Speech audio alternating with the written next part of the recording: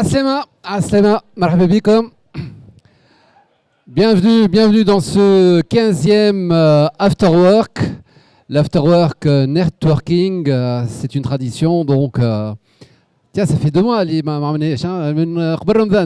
c'était le 14e. Aujourd'hui, c'est un rendez-vous vraiment spécial parce qu'on a le plaisir d'avoir avec nous Monsieur Fadel Abdelkaifi, Tunisie Valeurs. Mais avant ça, j'invite l'homme orchestre de cet événement, Selim Hafseya. Selim.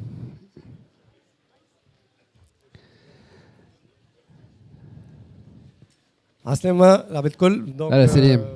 Karim, on est au 15e quand même Afterwork Networking. Il y a beaucoup de personnes, les Aoul Marajou. Donc, je voudrais leur souhaiter la bienvenue. Madame Nazed Yoqadoudi Majou par la suite. Bon, je vais commencer par bien sûr remercier notre invité principal, Elio Sifad Abdelkaifi. Merci Sifad d'avoir accepté notre invitation. Je vais remercier également Tunisie Valeurs, notre partenaire Platinum, et donc Slim Abdelkaifi qui a soutenu cette initiative. Je vais annoncer le programme en fait. Ouais, en fait, maintenant c'est les intros, puis par la suite, il va y avoir l'interview Tarsi Fadel. Après l'interview, il y aura une activité de brise-glace qui va être animée par 2 coachs, Fatma Mariam Sessi et Shirin Laïch, que je salue d'accord. Et après, on aura un petit débrief qui va être effectué par Melik Geleti, que je salue également. Et c'est le programme. Bon, j'espère que la soirée va vous plaire, que vous allez networker à fond. Et je vous souhaite une bonne soirée, à tout à l'heure. Hein. Et j'espère que vous n'avez pas oublié vos cartes de visite. Hein, de toutes les manières. Ah, au fait, on a oublié un truc très important aujourd'hui. Une nouveauté. Le swap card, oui. Oui. Alors, c'est quoi cette histoire? Si vous êtes en train de l'utiliser ou pas, mais quand vous vous connectez sur Swapcard, vous allez avoir accès à la liste des participants. Donc, les personnes qui sont présentes, vous pouvez vous connecter avec elles via Swapcard et échanger des cartes visite. En fait, il n'y a même plus besoin de carte visite, puisque tout est sous Swapcard maintenant. Vive l'électronique, hein, vive le digital. Exactement. Bien, on va rentrer dans le vif du sujet. Sifad Marhababik, Sifad Abdelkaifi, président du conseil d'administration de Tunisie Valeurs, ex-ministre. في البوتاد نتاعي وقتها في الفيديو j'avais dit ouais انا مش نحكيو اليوم على التذكره تاع العطار c'est clair. Quoique hein, pour démarrer l'interview, on va être 2 à interviewer Sifadel. J'invite Smaïl Ben Sessi. Vous connaissez certainement le site El Boursa. Surtout si vous êtes de Tunisie Valeurs, donc, et si vous vous intéressez au monde de la bourse, le Boursa qui est véritablement... c'est plus un newcomer maintenant, c'est une valeur sûre de la presse financière en Tunisie. Et bien évidemment, vous imaginez, Sifadel, que Smaïl va démarrer en parlant de questions véritablement financières et économiques. À toi de jouer, Smaïl. Merci Karim, bonsoir à tous. Très ravi de vous voir aussi nombreux ce soir. Je suis très ravi également d'avoir le plaisir de commencer l'interview avec Sifadel. Donc Sifadel marhababik. Merci Ismaël, merci à vous tous pour cette invitation. Donc aujourd'hui, vous êtes le président de conseil de Tunisie Valeurs. Tunisie Valeurs est une institution financière qui a été créée en 91. Vous avez rejoint le groupe en 94. Est-ce que vous pouvez commencer par nous expliquer aujourd'hui ce que c'est Tunisie Valeurs et c'est quoi les principales activités aujourd'hui de Tunisie Valeurs? Merci. Tout d'abord, Tunisie Valeurs est une aventure professionnelle et humaine pour beaucoup d'entre nous extraordinaire. Ici, sur cette terrasse, il y a beaucoup de collègues qui sont des compagnons de route. Effectivement, je suis arrivé dans cette société en 94. Ça faisait à peu près 2 ans que la société avait démarré à l'époque. Et Tunisie Valeurs, pour la résumer, c'est une société qui s'est spécialisée dans la finance non bancaire. En fait, tout le groupe autour de Tunisie Valeurs, que ce soit le leasing ou le factoring, ou l'intermédiation en bourse, ou la gestion d'actifs, ou le capital investissement via Africa Invest, ont été des métiers financiers, mais qui ne sont pas des métiers de la banque commerciale classique. Donc tout notre groupe s'est développé en marge du secteur bancaire tunisien. Aujourd'hui, nous sommes contents de dire que Tunisie Leasing continue à prospérer, à être... historiquement, elle a été la première société de leasing, elle continue à être le leader de son marché. Africa Invest, aujourd'hui, a eu eu un développement continental très important. On a commencé par l'Afrique du Nord et là nous sommes aussi en Afrique subsaharienne. Et Tunisie Valeurs, qui est restée une société plus tuniso-tunisienne, continue à être leader sur ses principaux métiers qui sont l'intermédiation en bourse, mais aussi la gestion d'actifs et l'ingénierie financière. Parfait. Tunisie Valeurs a pris un tournant important dans sa vie en 2018 via une introduction en bourse. Une introduction en bourse pour préparer un projet important qui est la transformation ou le développement d'une activité nouvelle qui est celle de la banque d'affaires. Est-ce que vous pouvez nous développer un peu plus ce que c'est cette activité? Est-ce que c'est concrètement une banque d'affaires et c'est quoi ce métier-là et pourquoi ce projet et cette vision que vous avez mis en place? Effectivement, après mon court passage au gouvernement, qui a duré à peu près 14 mois, je suis revenu avec 2 missions. La première a été d'introduire la société en bourse et la seconde mission a été d'obtenir la licence de banque d'affaires. Donc la première opération a été réalisée, celle d'introduire Tunisie Valeurs en bourse. Tu sais, Ismaël, j'ai passé le plus clair de ma carrière professionnelle à convaincre des entrepreneurs, des capitaines d'industrie à introduire leur société en bourse. Et le discours ou le pitch qu'on faisait avec mes collègues auprès de ces gens-là, c'était de leur expliquer que la bourse pouvait pérenniser les sociétés, pouvait permettre la transmission d'entreprises entre générations, pouvait valoriser le patrimoine, pouvait financer surtout l'entreprise sous une autre forme, qui est une forme moins connue en Tunisie, puisqu'en Tunisie, nous sommes substantiellement une économie d'endettement. Donc vous allez trouver des entreprises extrêmement endettées. Donc la bourse leur permet de lever des fonds propres. Et donc cette opération s'est bien réalisée, s'est bien débouclée. On l'a introduite au mois de septembre. Et entre-temps, le cours a progressé en bourse. Et je pense que les actionnaires qui nous ont suivis lors de cette offre publique de vente ne sont pas déçus de leur placement. Maintenant, la deuxième mission a été effectivement d'obtenir la licence de banque d'affaires. Alors, la banque d'affaires en Tunisie, tout d'abord, il faut savoir qu'il en existe une seule. L'anciennement appelée Banque d'affaires de Tunisie, qui actuellement s'appelle Cap Bank, qui est dirigée par mon grand ami, un très grand professionnel du marché, qui est Selhabib El Karaouli. Cette deuxième banque va naître, j'espère, d'ici début 2020, de Tunisie Valeurs. Et basiquement, nous avons passé notre vie à faire les métiers de la banque d'affaires, mais sans jamais avoir ce label. Alors, faire le banque d'affaires, c'est faire quoi exactement? C'est tout d'abord introduire des sociétés en bourse, ce que nous avons fait pendant toute notre existence. Nous avons introduit une quinzaine de sociétés en bourse, nous avons émis des emprunts obligataires, nous avons cédé des groupes privés tunisiens à des étrangers, nous avons conseillé l'État tunisien dans les programmes de privatisation, notamment la privatisation des cimenteries.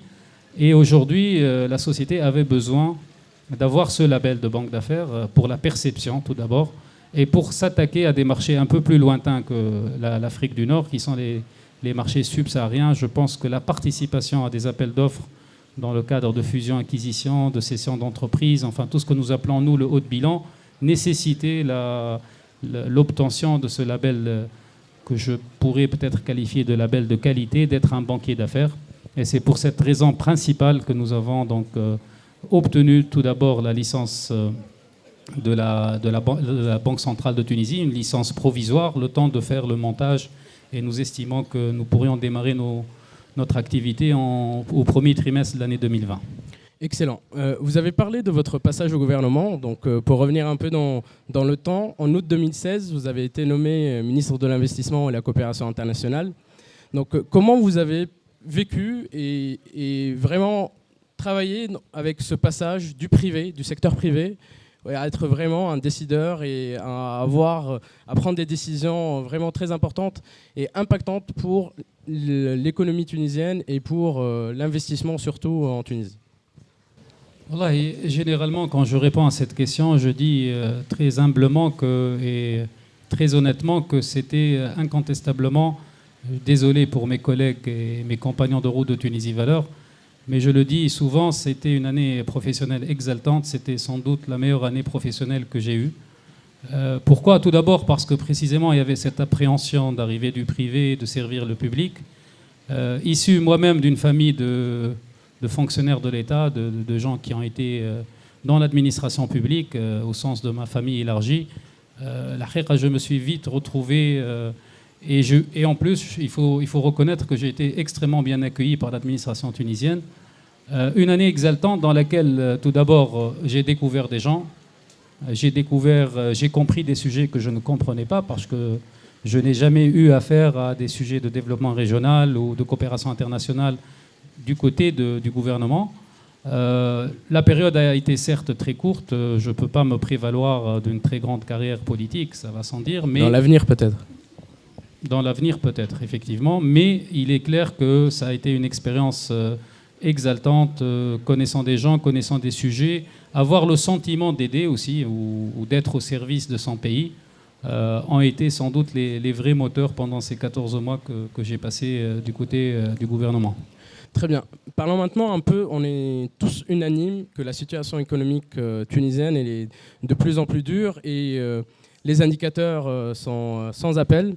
Donc aujourd'hui, que pensez-vous du modèle économique tunisien? Aujourd'hui, on a un modèle qui est le même depuis une vingtaine, une trentaine d'années, qui n'a pas changé. Et les choses n'évoluent pas au rythme et les attentes de la population. Donc comment aujourd'hui, c'est quoi les principales mesures que vous préconisez pour aujourd'hui repartir de l'avant et relancer la croissance en Tunisie, et relancer des secteurs économiques, les différents secteurs économiques? Chouf, Smaïl, à la veille des élections, vous allez voir dans la bouche de tous les politiciens tunisiens cette terminologie du modèle économique tunisien. Tout le monde en parle, très peu savent de quoi il s'agit exactement. Le modèle économique tunisien est un modèle bâti sur, tout d'abord, une incompréhension, à mon sens, du rôle de l'État en 2019. Les pères fondateurs de ce pays, quand ils sont arrivés, juste après l'indépendance, ont été obligés quasiment de tout faire. Donc on a retrouvé l'État, bien sûr, au niveau des grands secteurs que j'appellerais presque de souveraineté, la défense nationale, les affaires étrangères, la justice, mais aussi l'éducation, la santé. Mais l'État, à cette époque, ne s'est pas arrêté là et a continué à rentrer dans des secteurs que nous appelons aujourd'hui des secteurs concurrentiels. Donc on retrouve l'État aujourd'hui en Tunisie 10 fois banquier commercial avec 10 banques tunisiennes, vendeurs de tabac, distributeurs de pétrole, raffineurs de pétrole, cimentiers, des secteurs. En même temps, le vrai sujet de la Tunisie d'aujourd'hui est un sujet de pauvreté. Il faut savoir, et je ne veux pas être négatif, mais les statistiques sont assez froides. Aujourd'hui, il y a 15% des Tunisiens qui vivent au-dessous du seuil de pauvreté monétaire qui est considéré à 2 dinars par jour. Entre nous, même si nous le remontons, le curseur à 3 dinars ou à 4 dinars, comme vous savez, les statistiques, c'est une manière de mentir avec précision. Donc, quel que soit même à 5 dinars par jour, on n'est pas loin de la pauvreté ou de la grande pauvreté. Il faut savoir qu'il y a 15% de Tunisiens qui sont à moins de 2 dinars par jour. La pauvreté multidimensionnelle, dans laquelle c'est une formulation des Nations Unies, de la Banque mondiale, multidimensionnelle veut dire que nous introduisons des thématiques de proximité par rapport à la santé, à l'éducation, etc. Ce taux remonte à 40% et peut frôler les 50% dans des régions intérieures du pays. Voici la situation. Donc le modèle économique, je ne vais pas faire l'histoire de la Tunisie moderne. De toute façon, rien ne m'y autorise et ensuite, je ne pense pas connaître tous les sous-détails de cette histoire. Mais simplement, après l'indépendance, il y a eu une période socialiste que nous avons beaucoup décrit, mais qui, à l'évidence, et le père de cette politique est encore vivant, c'est Ahmed Ben Salah. Sans doute sur les réformes agraires, il y a eu une grossière erreur, mais sur le reste, il y a eu des développements d'infrastructures qui ont aidé ensuite Feu Hedi Nouira de continuer sur une certaine libéralisation de l'économie. On n'est pas dans une économie libérale. Résultat des courses, aujourd'hui, nous avons une très grande pauvreté d'un côté et une puissance financière de l'État qui est immobilisée dans des secteurs qui ne devraient pas regarder l'État. Et donc, pour moi, la seule solution, je l'ai dite quelquefois, c'est qu'il faudrait qu'il y ait un pacte. Ce pacte devrait réunir les principaux protagonistes politiques de la Tunisie, qui sont principalement les partis qui gagnent les élections, le gouvernement, les syndicats patronaux et les syndicats des travailleurs, mais aussi, j'allais dire, surtout l'administration. Ce pacte-là devrait mettre en place le nouveau modèle économique en disant si nous voulons un État fort dans l'éducation, dans la santé, dans le transport, dans l'enseignement supérieur, la recherche scientifique, la défense nationale, la sécurité intérieure, les affaires étrangères, la justice bien sûr, le sport, la culture, enfin tous les domaines dans lesquels l'État devrait être fort. On ne peut pas continuer sur un État qui détient les tabacs, les banques. Il faudrait, à mon sens, ce terme que j'utilise, redéployer la puissance de feu de l'État financière en faveur d'adresser ou de s'occuper avec d'autres techniques et d'autres modèles et d'autres idées la grande pauvreté. Parce que la grande pauvreté, Fitouns, il faut que je vous le dise, yani, nous sommes en train juste de financer la précarité. Yani, quand un État envoie grosso modo 300 millions de dinars aux régions intérieures sous forme d'aide aux familles nécessiteuses et aux ouvriers journaliers, les Ismam Hadair, je ne pense pas que nous sommes en train de traiter réellement le sujet. Si nous voulons des investissements à l'intérieur du pays, il faudrait que l'État puisse avoir les moyens financiers de structurer des fonds auxquels les fonds pourraient aider le privé tunisien à aller s'installer. Et le deal serait de faire travailler les gens décemment, de payer les impôts et que l'État se consacre réellement à ces secteurs dans lesquels il devrait être fort et ne pas laisser une dérive totale de l'éducation, de la santé. Il y a aujourd'hui 2 secteurs qui sont peut-être épargnés à cause du risque terroriste, qui sont la défense nationale et la sécurité intérieure. Et encore, il faut savoir que nous avons quintuplé et des fois même plus les budgets alloués à ces départements. Donc clairement, pour résumer, vous préconisez un changement total du rôle de l'État aujourd'hui et de passer d'un État omniprésent dans des secteurs concurrentiels à un État qui joue uniquement le rôle de régulateur. Absolument. Chouf, Smaïl, j'aime bien comparer des choses qui peuvent se comparer, même si les pays sont différents dans leur culture. Quand dans ma bouche je parle ainsi, il ne faut pas voir en moi le libéral qui est bien dans ses bottes, qui pense qu'il n'y a que les mécanismes de marché. C'est sans doute pas ma pensée politique. Ma pensée politique se rapproche de gens tels que Michel Rocard. Il faut savoir que les plus grandes réformes qui ont été considérées comme des réformes libérales en France ont été faites sous le gouvernement Rocard, qui est un gouvernement socialiste, fait d'ailleurs par un ministre des Finances, Pierre Bérégovoy, qui était comme vous le savez tous, un ministre socialiste qui était dans la gauche de la gauche française. Ces gens-là ont été des hommes de cœur, des hommes de gauche, mais des hommes pragmatiques. Et c'est, je pense, il est temps en Tunisie tout d'abord de dire la vérité comme elle est, parce que je n'ai pas l'impression qu'on est en train de dire toute la vérité à la population, notamment au niveau du cataclysme qui touche les finances publiques. Or, on n'a jamais vu dans le monde une économie prospérer dans des finances publiques compliquées. Compliqué est un euphémisme, je préfère parler d'un cataclysme des finances publiques. L'État tunisien aujourd'hui, en augmentant d'une manière substantielle ses budgets de 18 milliards à plus que 40 milliards de dinars, en même temps d'avoir les revenus de l'État baissés, a créé des déficits aujourd'hui, un déficit abyssal au niveau du déficit budgétaire qui sont en train un peu de redresser, mais au niveau de la balance commerciale, de la balance des paiements. Enfin, je ne veux pas aller dans les détails, c'est des détails assez barbants, mais simplement sachez que j'ai toujours envie de dire que le pays est riche, mais sa population est pauvre. Et ceci vient du fait que la mauvaise adéquation des ressources aux emplois. Nous avons des ressources, ces ressources ne vont pas là où il faut. Vous avez parlé des entreprises publiques notamment, et prenons un cas précis aujourd'hui que tout le monde critique. Aujourd'hui, par exemple, si on prend le cas de Tunisair. Tunisair aujourd'hui, une entreprise publique qui est connue pour ses retards répétitifs, pour sa mauvaise gestion, pour ses résultats catastrophiques, pour sa dégringolade. Si on prend ce cas précis aujourd'hui, c'est quoi le modèle de relance que vous préconisez, par exemple, à cette entreprise publique? C'est quoi la stratégie que l'État devrait mettre en place pour relancer la compagnie Chouf Ismaïl, on a tendance en Tunisie à parler par des exemples et à stigmatiser des situations. Tunisair est une situation dans laquelle une partie des Tunisiens, d'ailleurs ça ne concerne qu'une partie très très faible des Tunisiens, les Tunisiens qui voyagent, et on a l'impression que c'est un sujet national. Beaucoup de Tunisiens, l'histoire de Tunisair ne les intéresse pas parce que c'est des gens qui ne voyagent pas. Déjà pour remettre... Parlons de phosphate de Gafs alors. Non, laisse-moi terminer, je vais te dire pourquoi je dis ça.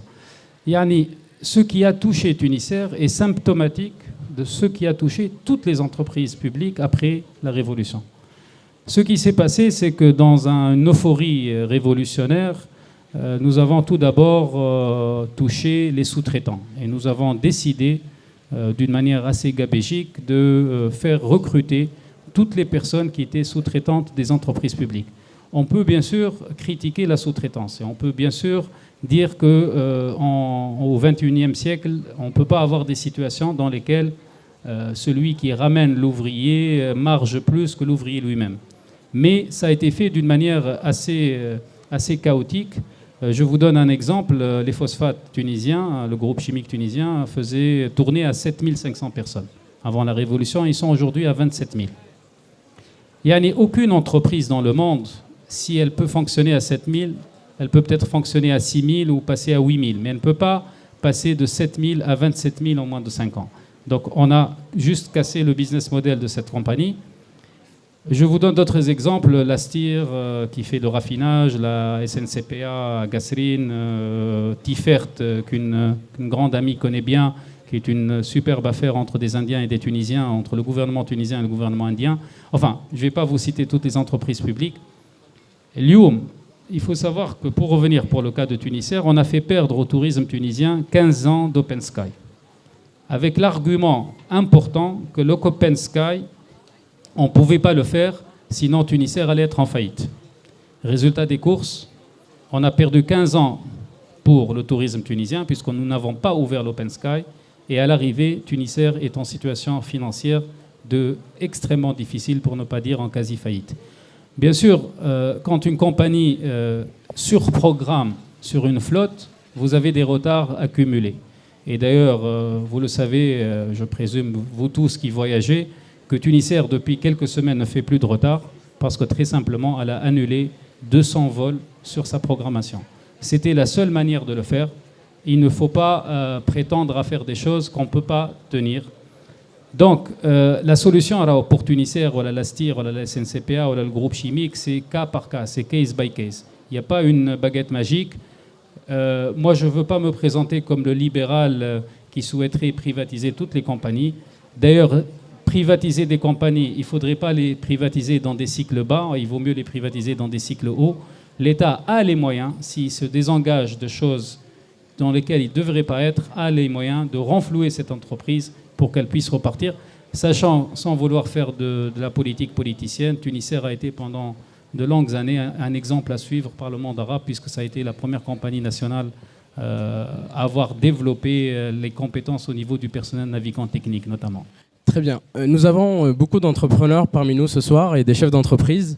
Et comme vous le savez tous, les taux d'intérêt aujourd'hui, le taux directeur de la Banque centrale a augmenté à plusieurs reprises ces dernières années et ça a fortement impacté les PME et les entreprises tunisiennes. Donc aujourd'hui, on aimerait bien avoir votre avis sur la politique aujourd'hui monétaire de la Banque centrale et que pensez-vous, c'est le seul levier aujourd'hui à disposition de la Banque centrale pour pallier que ce soit l'inflation ou au déficit ou... Oui. C'est quoi votre avis et votre position par rapport à ça? Ma seule réponse, je vais utiliser حاجة بالدارجة اللوم بعد القضاء بدعة. On est plein dedans. Yani quand un État vient tripler sa masse salariale publique de 6 milliards à 18 milliards, quand un État fait déraper complètement les budgets de l'État, tout ça, c'est des moteurs d'inflation. Quand un État est très faible au niveau...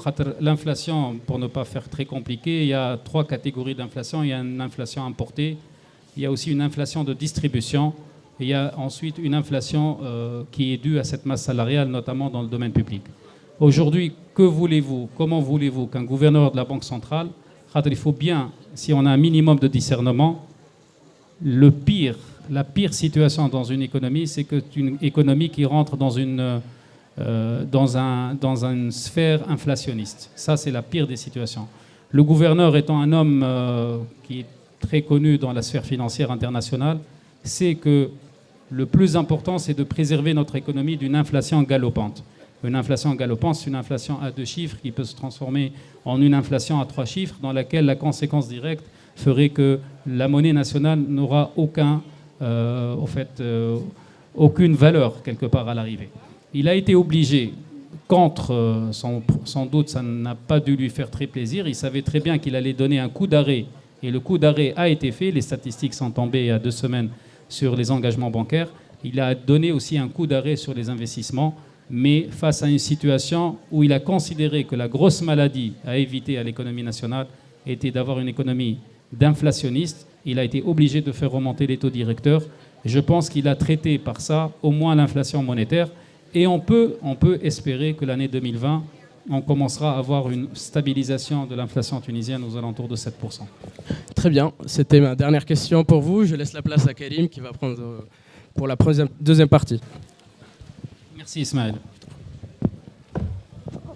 Merci beaucoup Ismaël. Sifad, vous avez parlé tout à l'heure de la pauvreté. Je crois que c'est un thème que vous abordez depuis pas mal de temps. Hein. C'est-à-dire que pour préparer cette interview, j'ai regardé un petit peu des vidéos, j'ai réécouté des interviews que je vous ai faites déjà il y a un certain temps.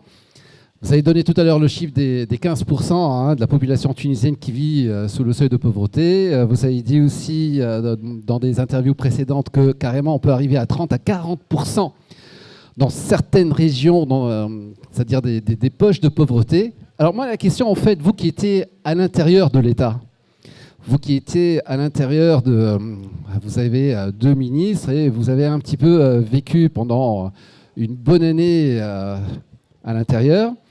Est-ce que l'État, en fait, la classe politique, l'administration, est-ce qu'ils sont autistes ? Est-ce qu'ils sont renfermés sur eux-mêmes ? Est-ce qu'ils sont genre dans leur zone de confort, enfermés dans leur tour d'ivoire, juste en train de regarder leurs chiffres, mais sans regarder réellement ce qui se passe dehors ? Chouf, ça c'est une question extrêmement délicate. Je ne peux pas parler à la place des gens. Je n'ai pas eu le sentiment, que mes collègues membres du gouvernement tunisien étaient autistes à la situation de précarité et de grande pauvreté qui touchait une partie importante de notre population. Mais la question serait, est-ce qu'on a mis en place des mécanismes pour lutter contre cette grande pauvreté ? Je ne veux pas être redondant et revenir sur ce que j'ai dit. Aujourd'hui, les marges de manœuvre, Karim, clairement, sur un modèle que nous avons devant nous, les marges de manœuvre sont extrêmement réduites. Ou un jour, les 5 personnes dont je parlais, voilà, les 5 parties dont j'ai parlé, vont se mettre autour d'une table et parler sérieusement de ces sujets, voilà, les jours et les années qui vont venir devant nous vont être des jours et des années beaucoup plus difficiles et beaucoup plus compliqués. Donc, pour répondre clairement à ta question, je ne pense pas qu'il y ait de l'autisme, je ne pense pas que les gens ne soient pas conscients de la situation, de la gravité. Bon, maintenant, ce qui a tempéré cette pauvreté, c'est l'intervention de la société civile. En Tunisie, la société civile est intervenue très, très lourdement avec les associations. Et c'est devenu pratiquement un argument politique. C'est pour ça que je vous pose la question. Parce que là, maintenant, on a l'impression, avec les futurs ex-candidats qui se sont lancés justement avec cet argument politique, hein, donc on a l'impression que tout le monde est en train de découvrir cet argument. Chauffe, Fitoun, ce qui s'est passé avec la Révolution, c'est qu'on a décidé que tout ce qui a été fait par l'ancien régime était mauvais. Je ne suis pas, bien sûr, ici pour faire la propagande de l'ancien régime, mais simplement, je dis que, pour être honnête, que des mécanismes comme le 26-26 que nous avons totalement abandonné, qui a par ailleurs été audité plusieurs fois sans qu'on relève le moindre dysfonctionnement au niveau de ces manières d'opérer, le fait de ne plus avoir le 26-26, on a perdu un bras important au niveau de l'aspect social de l'intervention de l'État. Aujourd'hui, il est clair qu'on ne peut pas continuer sur cette situation. La grande pauvreté est en train d'avancer à grands pas. Les gens sont totalement désespérés. Et c'est principalement le rôle de l'État de venir en aide aux populations les plus vulnérables. Voici peut-être la seule vraie politique sociale que devrait mettre en place la Tunisie pour les années qui viennent. Fadel Al-Kaifi, tout à l'heure, vous avez parlé de la sous-traitance avec Smaïl. Hein, et puis bon, bien évidemment, en 2011, j'ai l'impression que l'État, en fait, s'est tiré une balle dans le pied. Pourquoi ? Pas uniquement au niveau macroéconomique, finance, etc., mais aussi, surtout, parce qu'on a galvaudé la notion de travail. Alors, est-ce que justement, c'est rattrapable avec vous ? Parce que bon, finalement, en embauchant des gens à qui on ne peut pas donner de travail, en gardant des gens qui ne font rien, qui sont juste en train de profiter du système, est-ce qu'on a tué la méritocratie ? Je ne veux pas être négatif à ce point, mais c'est clair qu'il y a eu des dispositions qui ont été prises juste au lendemain de la Révolution, et je peux peut-être comprendre l'attitude ou la position des gouvernants de l'époque. Pour être honnête, il faut se mettre à leur place à cette époque et sous la pression de la rue. Peut-être que nous deux, si nous étions à la manœuvre, on n'aurait pas substantiellement fait changer les choses. Enfin, maintenant, le mal est fait. Effectivement, nous avons créé ce qu'on appelle des emplois fictifs. On a fait embaucher par dizaines de milliers de personnes dans les entreprises publiques et dans l'administration publique. L'administration est devenue pléthorique. Nous avons une masse salariale sur le PIB qui est la plus importante dans le monde. Ceci étant dit, ça ne fait pas du grand commis de l'État quelqu'un qui est bien payé. Le problème, c'est que au niveau de la rémunération de la haute fonction publique, on est extrêmement loin. On ne peut pas continuer à payer les grands professeurs de médecine, les grands professeurs universitaires, les grands directeurs généraux d'administration centrale de cette manière. Ça fait vider, ou ça commence à faire vider d'une manière assez effrayante l'administration de ses compétences. Maintenant, est-ce qu'il n'y a plus de méritocratie en Tunisie? Je ne le pense pas. L'ascenseur social est certes pas bien huilé en ce moment, il est peut-être un peu en panne, mais tout est rattrapable. Je veux rester sur un discours positif, pas positif pour faire beau, positif parce que je pense que la Tunisie est un petit navire manœuvrable, que si nous nous y mettons réellement sur les vrais sujets, nous avons à chaque problème une solution qui peut être difficile, qui peut être compliquée. Mais je pense que si quelqu'un dit clairement la vérité comme elle est aux Tunisiens, donne un planning de travail et une feuille de route, je pense que les Tunisiens pourraient être solidaires de cette période qui risque d'être un peu difficile et un peu compliquée. Alors, Fadelaté Kefi, vous qui étiez à l'intérieur du système, quand on regarde un petit peu, par exemple, les critiques que peuvent donner certains spécialistes à des lois de finances, à des choses de ce genre, on a l'impression que finalement, les cadres ont perdu l'initiative. Quelque part, ils se sont habitués pendant toutes ces années. Peut-être ça vient d'avant, hein, c'est l'information GM el-Fouk. On ne prend pas d'initiative, on ne propose pas, on attend les ordres. Est-ce que ça peut expliquer l'inefficacité, par exemple, des différentes lois de finances à faire redémarrer la machine économique? Justement, c'est cette frilosité à prendre des mesures qui pourraient être véritablement révolutionnaires. Je vais dire un truc qui va peut-être fâcher mes anciens collègues du ministère des Finances, que j'ai eu l'honneur de diriger pendant quelques mois. Juste pour dire que la loi de finances en Tunisie est un document qui est substantiellement un document comptable. On ne met pas dans les lois de finances en Tunisie des mesures de redressement économique. Et dans très peu de pays, ces mesures sont mises dans les lois de finances. Les mesures sont mises dans des programmes politiques et économiques de partis politiques qui, en arrivant au pouvoir, vont quelque part commencer à mettre en place leur stratégie ou leurs idées économiques pour sortir le pays. Et il ne faut pas en vouloir à l'administration de quasiment, pour être peut-être, pour faire juste pour l'image, à copier et coller des lois de finances les unes sur les autres. D'ailleurs, les lois de finances en Tunisie sont devenues extrêmement compliquées à comprendre. Parce qu'il y a toujours des abrogations de lois, d'articles, il y a toujours des lois de finances complémentaires. Donc on n'est pas... Et je peux totalement comprendre l'attitude de mes anciens collègues des finances qui sont totalement débordés par ce qui s'est passé. Il faut savoir qu'avant la Révolution, la Tunisie a été gérée d'une manière avec une énorme orthodoxie financière. Une excellente orthodoxie financière.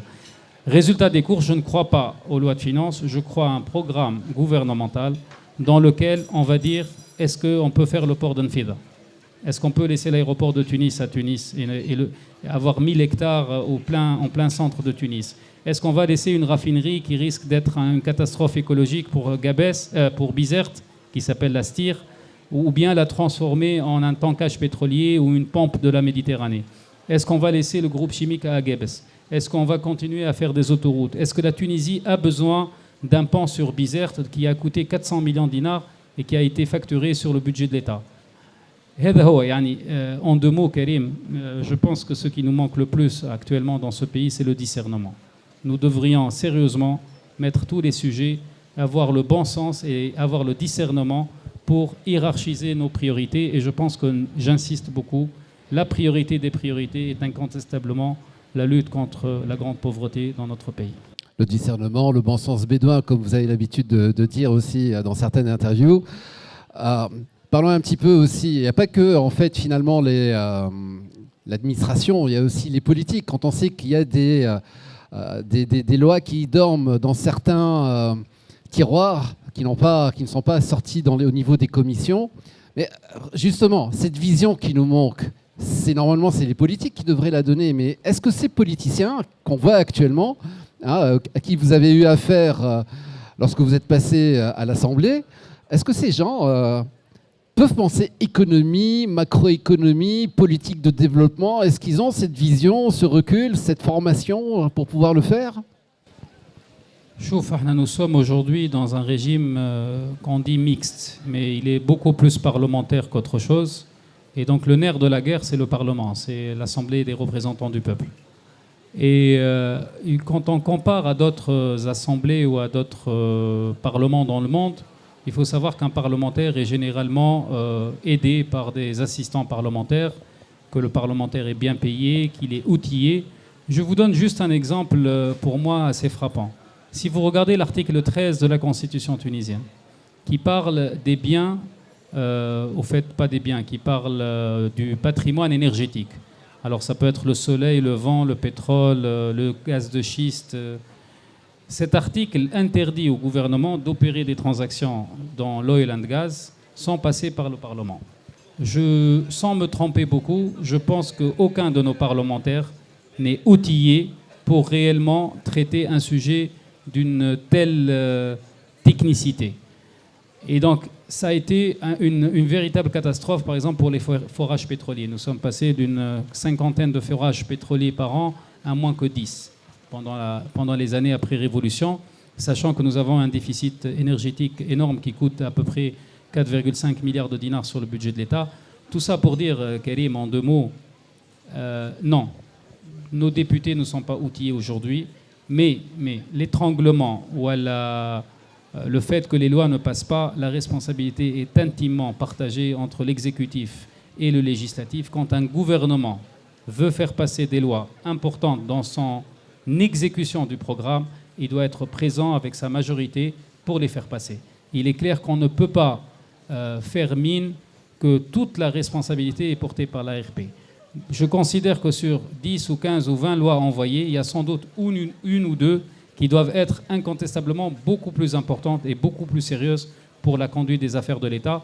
Et à ce moment-là, un chef du gouvernement ou un ministre devrait se battre pour voir sa loi passer, même rectifiée, même amendée par les parlementaires, mais que le plus clair soit fait par l'exécutif et ne pas, quelque part, envoyer une loi à l'ARP et dire que bon, l'ARP n'a pas fait passer la loi. Alors, Fadel Abdelkef est très connu en fait, c'est qu'en général, il ne garde pas sa langue dans sa poche. En général, il a ce langage de vérité que l'on n'entend pas souvent au niveau des politiques. Tout ce qu'on a raconté aujourd'hui, ok, c'est économique, mais avant tout, c'est aussi politique. Alors, la grande question, c'est est-ce que Fadel Abdelkef, il compte lui aussi, un de ces quatre, se lancer en politique? Chouf, pour répondre d'une manière polie à cette question, ça dépend ce que tu laisses entendre par se lancer en politique. À l'heure où je te parle, je ne suis candidat à rien, ni aux législatives, ni à d'autres compétitions. À l'heure où je parle, j'ai personnellement, en tant que citoyen lambda, une difficulté à cocher une case, la case étant les partis politiques. À vous aussi.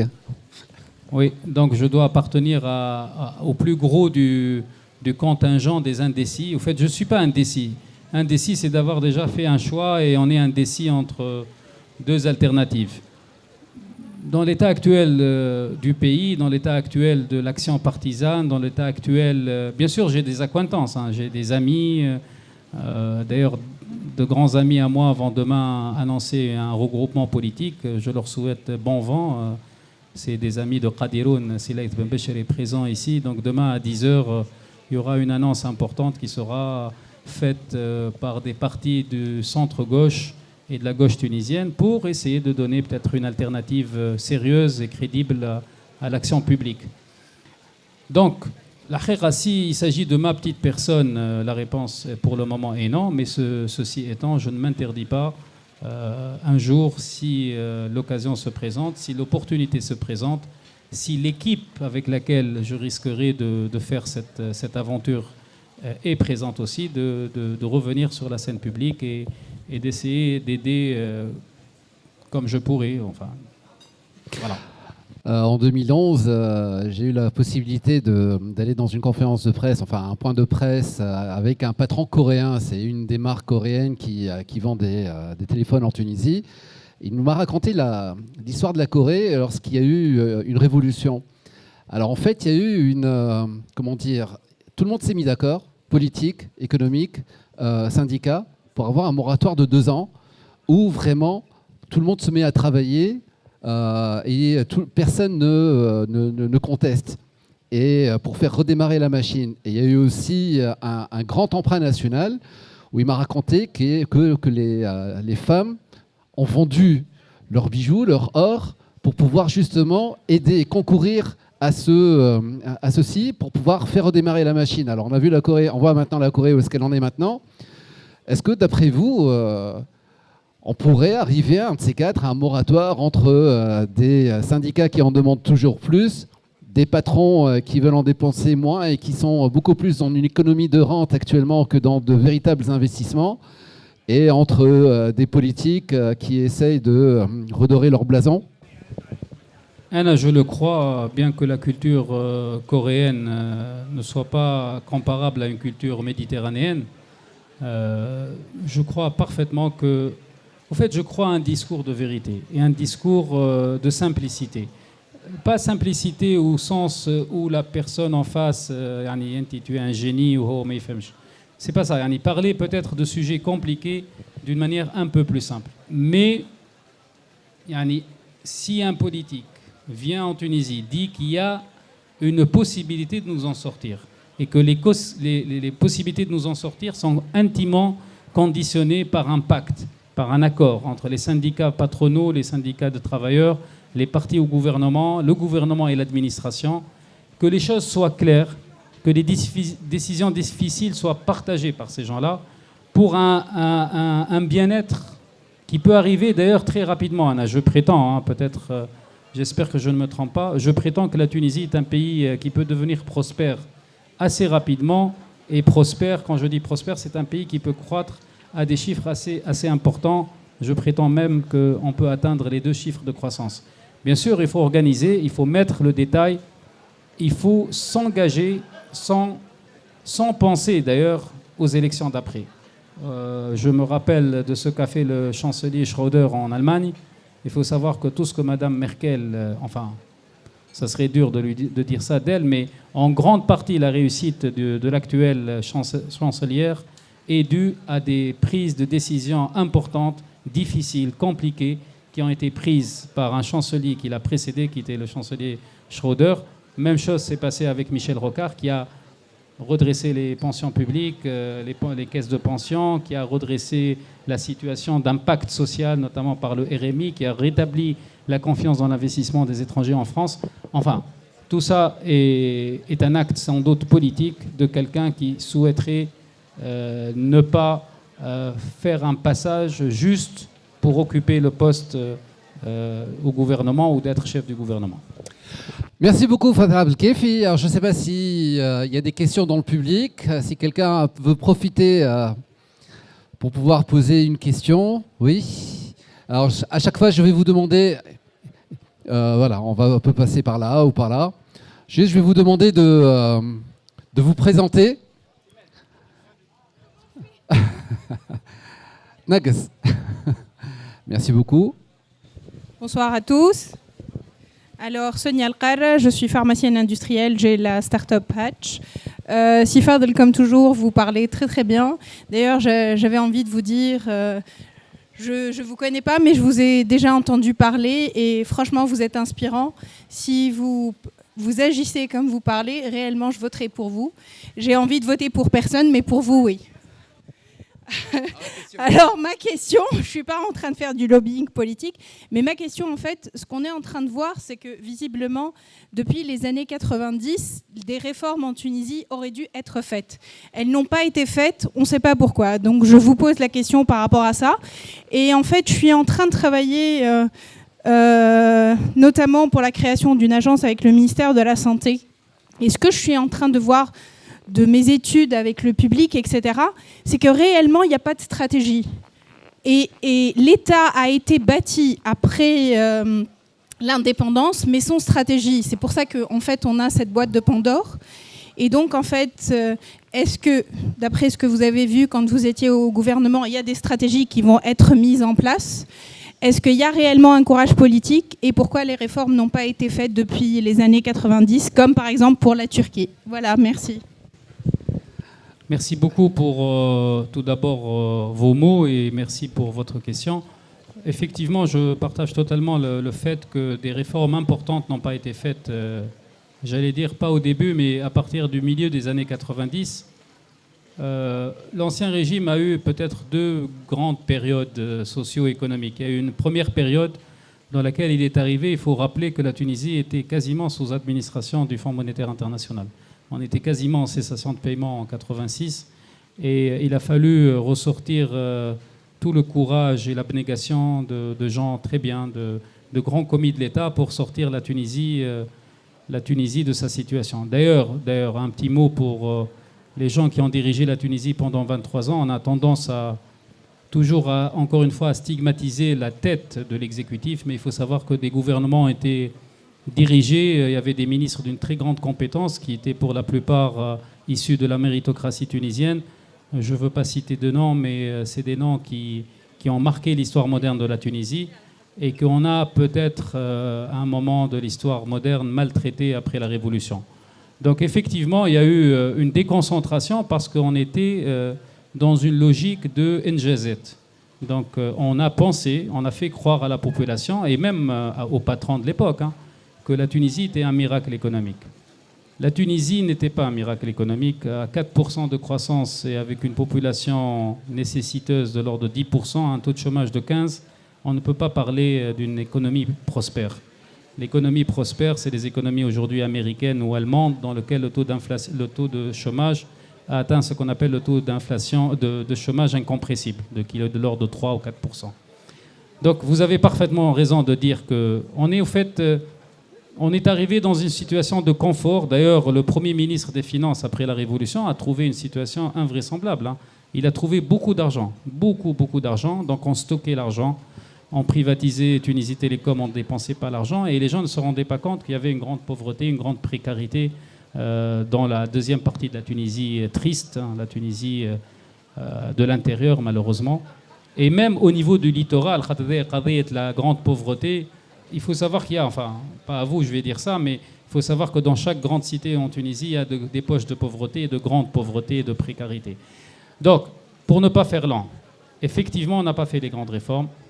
La Tunisie, pour moi, madame, reste le site le plus compétitif du sud de la Méditerranée, incontestablement. Il faut savoir qu'un chef d'usine tunisien coûte le tiers d'un chef d'usine marocain, qu'il est mieux formé, qu'aujourd'hui nous avons des gens qui partent de la Tunisie pour renforcer l'industrie marocaine. La diplomatie économique tunisienne n'a pas sorti toutes ses cartes. Il faut savoir marketer la Tunisie et vendre l'idée que nous sommes la dernière défense au sud par rapport à des situations conflictuelles et que par rapport à ça, il faut que l'aide internationale soit mieux organisée et plus conséquente. Je dis souvent que la Tunisie, c'est le cas le plus simple, le moins coûteux et le plus impactant dans ce laboratoire mondial qui, quoi qu'on dise, nous avons quand même pu instaurer une démocratie naissante et nous avons pu démontrer que l'islam n'était pas nécessairement en contradiction avec cette démocratie. Enfin, je l'espère. Moi, j'ai totalement dépassé l'aspect identitaire. Ce qui compte pour moi, c'est l'aspect social, c'est l'aspect de lutte contre la pauvreté et la grande pauvreté et donner de la prospérité à la Tunisie. Sinon, on peut tomber dans une situation d'un pays qui nous est très cher, qui m'est très cher personnellement, qui est le Liban, qui est une démocratie, mais une démocratie que je dirais orale. On peut insulter un chef, un président, un ministre, mais les choses n'avancent pas. Les ordures ne sont pas vraiment ramassées, l'État est quasiment en faillite, en cessation de paiement, les entreprises publiques ont disparu. Le Liban tient grâce à sa diaspora internationale. Enfin, c'est un autre sujet, je déborde. Ce que je peux vous dire, madame, une équipe... Tout d'abord, la Tunisie ne peut pas être gérée par 40 ministres. C'est déjà une situation ubuesque dans laquelle on est depuis maintenant quelques années. Il nous faut 15 à 20 personnes qui se décident pour les aspects socio-économiques, pour prendre les bonnes décisions et pour être proche surtout de la centrale syndicale, pour expliquer que nous ne voulons pas des concessions de la centrale syndicale.